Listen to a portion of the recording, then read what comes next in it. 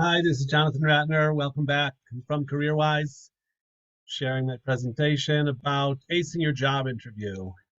So I have a really fascinating case study today of two geniuses of the 20th century, and I'm going to show you how it's a timely topic now. We're in a period on the Jewish calendar called Sefiras.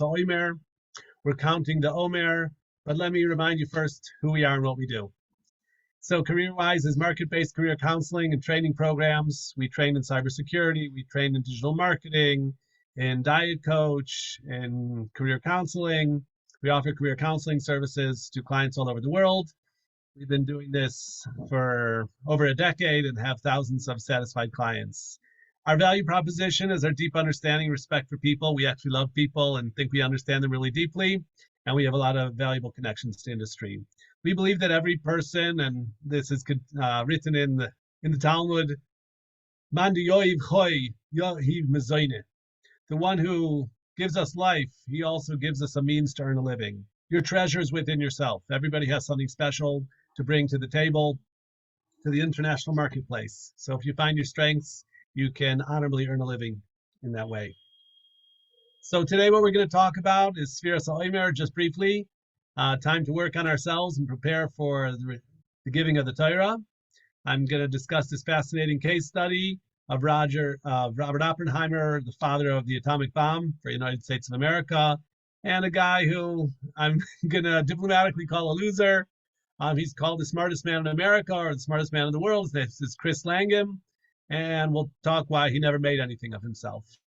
And then we're going to make it concrete and skills you can take with you, job interview, interpersonal skills that I believe can make the difference between getting the job or not. So we begin with Sefiras HaOmer.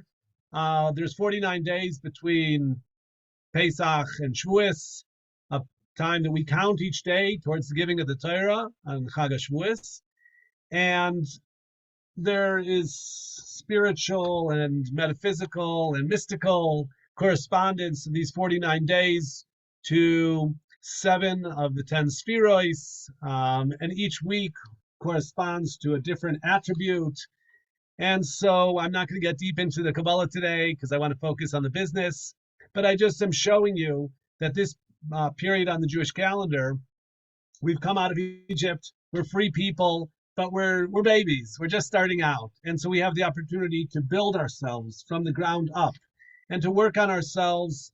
And we say the derech eretz kadma l'Torah, that being a mensch and being a good human being comes first before you can receive the Torah. Like God gave the Torah only to the 26th generation of mankind in history, not right away from the beginning. So you first got to be a good person, and then you can be a good Jew.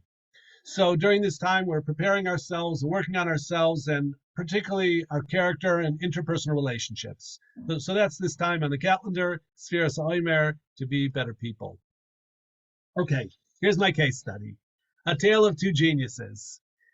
J. Robert Oppenheimer, so I call him the father of the atomic bomb. He's the son of immigrants. His father already did really well, and they lived in Manhattan. They have artwork by Picasso and Van Gogh on the walls of their home. He went to the School of Ethical Culture. So he has a lot going for him. And he's a big genius, okay? He's into physics, but he's sort of nuts. And he does not have a stable personality, but he makes good in his life and accomplished something. Again, what he accomplished, what's called the Manhattan Project, the United States of America was looking for a way to end the war and to win the war against the Japanese particularly. Ultimately, of course, they dropped the atomic bomb on Hiroshima and Nagasaki, and that's tragic and all the death and sickness, but it saved probably 1 million American lives and ended the war.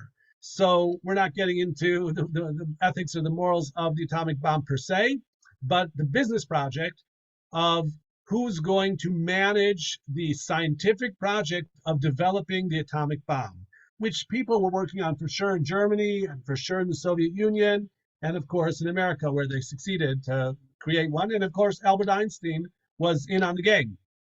So Oppenheimer was the one who was appointed to this position. He was let's call the chief scientist of the project, and we're going to talk about how he got the job. So we're comparing him today to another rather unknown figure, a guy named Christopher Langan, and his his IQ is between 195 and 210, which is, crazy smart. A genius is like 140. So we never heard of him. He's never published anything. He lives as a horse rancher. He's from Montana. He has a really poor upbringing. His mother had sons with 4 different men. They're murdered, suicide. He's from a family of violent people and sort of themselves losers. And so he's like angry. He never trusts authority. He had a college scholarship and he got kicked out. His mother forgot to sign the papers. He's not good at interpersonal relationships, and you can't do almost anything all by yourself. So the origin of this case study, I got it from Malcolm Gladwell, who's a great author. I read his book called Outliers, and he emphasizes the distinction in their background, but also the social skills of the two men. I'm focusing today on skills. You can't change your background, okay? You are who you are. You come from the family that you do, but you're an adult now, and you have the opportunity to nurture yourself, to recreate yourself, to be your own parent, and to acquire skills that maybe you weren't born with or you were not brought up with, but it's not too late, right? You're at some point in your career, you can still build for the future. So I want to talk about today are interpersonal skills that you're going to need and you're going to use throughout your career, but particularly in the job interview process. So interestingly, there's never been a major motion picture about Oppenheimer, but it's coming out in 2023. Okay, and so it'll be exciting. I invite you to go see that. But we're looking back now, we're in 1942. And I'm going to show you the guy. His name is General Leslie Groves. And he's a general whose responsibility is to find the right man to lead this scientific project to create the atomic bomb.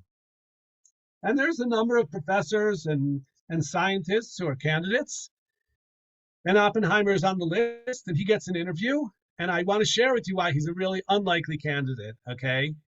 His, quote, impressive resume. When he got frustrated at various points in his earlier life in college, he tried to poison a professor. A friend once told him he got engaged and Oppenheimer was jealous. He almost strangled him to death. So he's had attempted murder twice. And yet he was never put in jail or anything. He was put on probation and they told him you need to see a psychiatrist. Okay. His girlfriend is like head of the Communists of America, and he calls himself a fellow traveler with the communists. He has a lot of communist friends, and that's highly significant in the 40s in America, because like I said, the Soviets are also trying to develop a bomb, and they truly were spying on this project in Los Alamos, where they were building the bomb. So if you're a friend of communists, you are suspect and a threat to the security of the project, and he has that problem. People that knew him, he was a professor at Berkeley at this time, they said he can't manage a hamburger stand. He's not a manager. He's a theoretical physicist. He has a tendency to clinical depression. He's a theoretician. He loves theory. He does not love stuff and equipment and applied science. He does have a Harvard engineering graduate degree, and that is going to be the key card that he leads with. And the message here is, you may have a bunch of reasons why you're not going to succeed or why they might, overlook you or eliminate you from the pool of candidates for this job.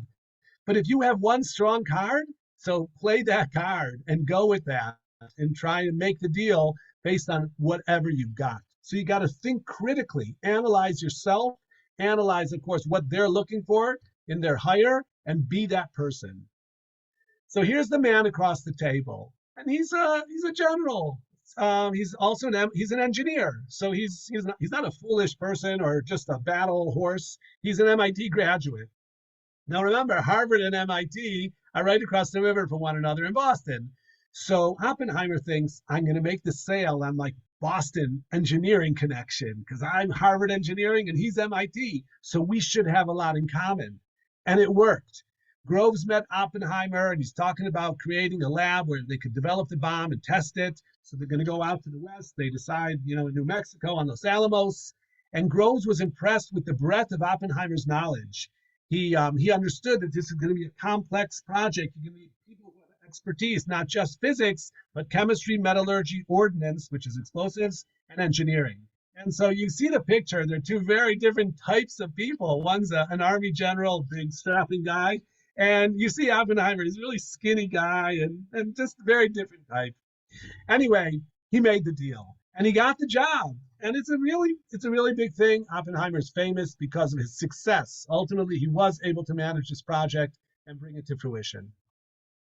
So now let's take it to ourselves and how we could use um, the lessons learned from that story to our own job interviews. So, job interview interpersonal skills. What are the skills? And again, these are learned and developed skills. And you may have been taught them by your parents. Your mother may have been a really good listener when you came home from school, but maybe not. But it's not too late for you how to learn to be an active and effective listener.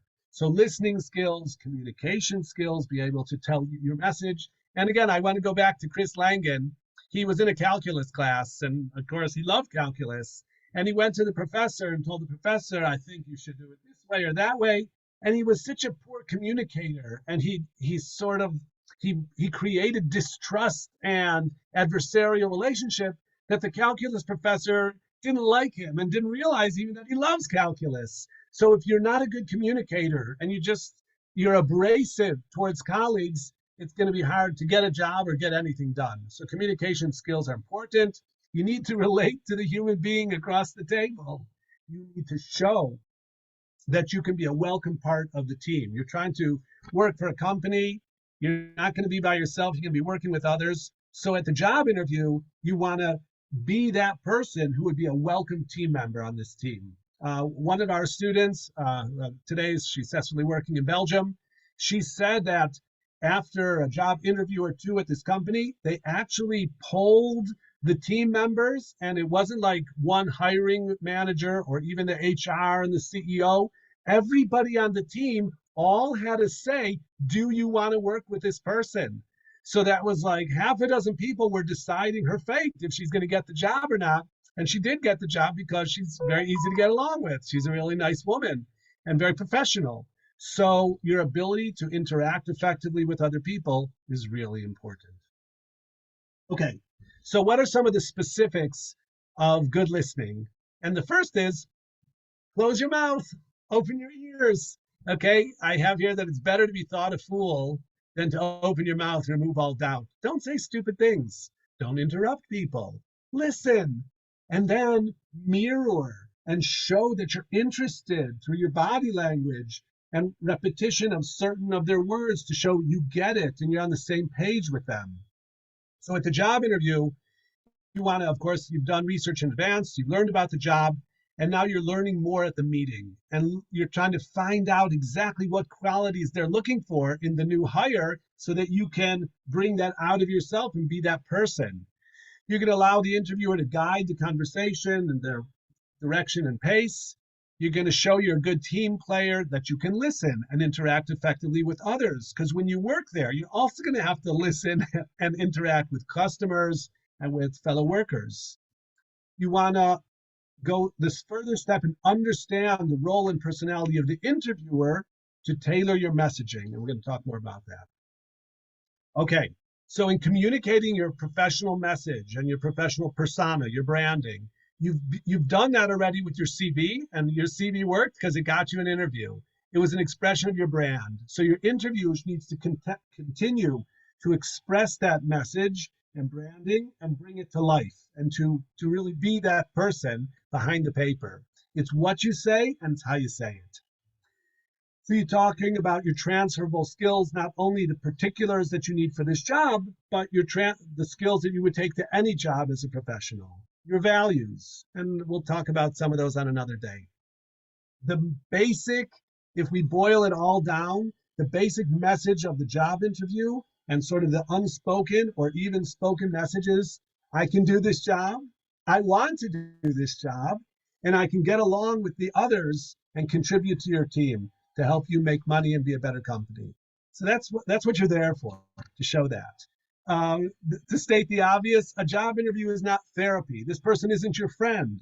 They're listening to you critically and thinking, is this the right person? Will they fit in? Will they add value to our company? So be on your best behavior.